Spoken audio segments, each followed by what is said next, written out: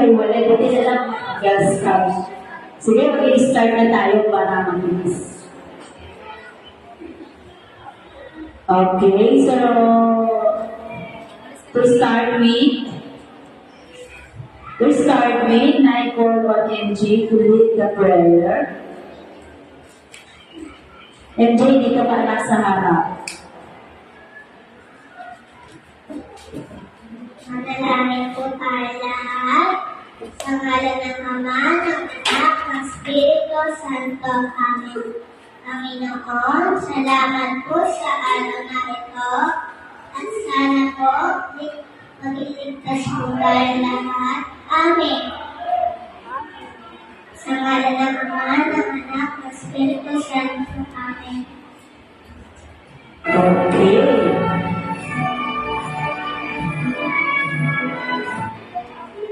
Okay, so, ano bang gagawin natin ngayon? Ano gagawin natin ngayon? Ha? So, recognition day. No? So, JJ, umupo na muna anak. Diba? Ito na yung pinakahihintay natin na araw. Yung mga hardship ng magulang. So, to start with, babasahin ko lang itong message ko para sa magulang at sa inyo. So, each recognition day is not the end, but a new beginning.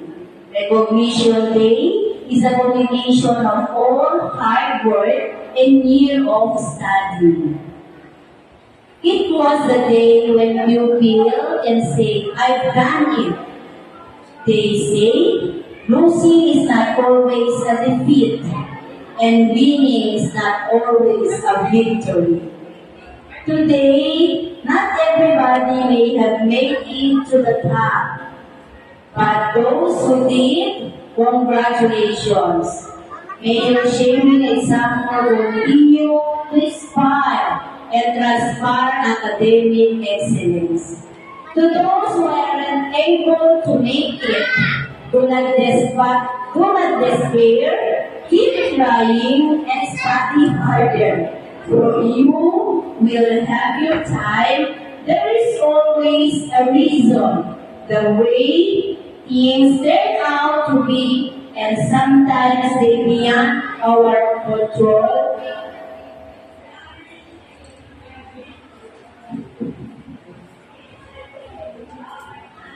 So, my dear, sa mga hindi ng tag, huwag kayong mag-alala.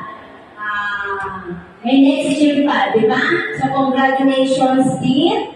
And to the parents and guardians who have worked so hard and gave their best to their children, no matter how hard life is, much hope sa inyo. Sa mga nanay na todo support sa mga anak ko, kita nyo naman, di ba? Yung mga nagbigay ng mga suporta na kung anong pinapagawa ni teacher, nandiyan ang mga parents. Nakikita ko naman yung mga parents na todo support sa mga anak nila. Pero sino naman ngayon ang nag-greet, no? Ang nag-ani sa kanyang ihirap, di ba? So, isa ba, grade 1 pa lang ito, pero mga bata, itong mga tag ninyo o achiever na ibig sabihin ay napili kayo, isa kayo sa mga nag-excel sa klase. No? So, by next year, make me proud pa sa inyo. Gusto ko kayo makita ulit na hindi lang dito sa classroom, gusto ko makita kayo doon sa stage. So, I challenge you, I challenge the mother also na sana kaya ng mga anak nyo, promise. Kaya nila. Meron silang potential. Actually, kung pwede na, gusto ko na sila akit sa stage. Itong napili ko to, hindi mapapahiya ang guro na pagdadalahan ko sa kanila. Kasi kaya nila. Yung bata ko last year, na nilagay ko sa higher section, akit sila ko sa stage with honor. Dito sa grade 3, tapos grade 2 ako last year, grade 3, yung nilagay ko doon sa taas, sila yung namamayag pa mag-with honor.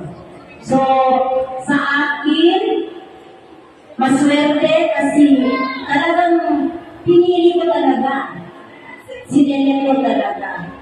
Kasi more on academic ko. Kaya ni Naib, why not na hindi ko sila iakyat, ibibigay yung para sa kanila. So, yung ibang mga dito, asahan nyo, ng session ninyo is tataas. Pero hindi ko may papangako na magka-classmate yung iba. So, sana at least, kung magkakahiwalay man kayo, at least, galing kay Ma'am Leones ito. O, diba? Galing kay Ma'am Che. O, nag-excel siya. Magiging takwag siya dun sa klase na yun. O, diba? Nakakatabang puso sa akin na makita ko ang bata na nag-excel. Marunong sila. Yan ang talagang, alam na anak ko yan. Sabi niya sa akin, Mami,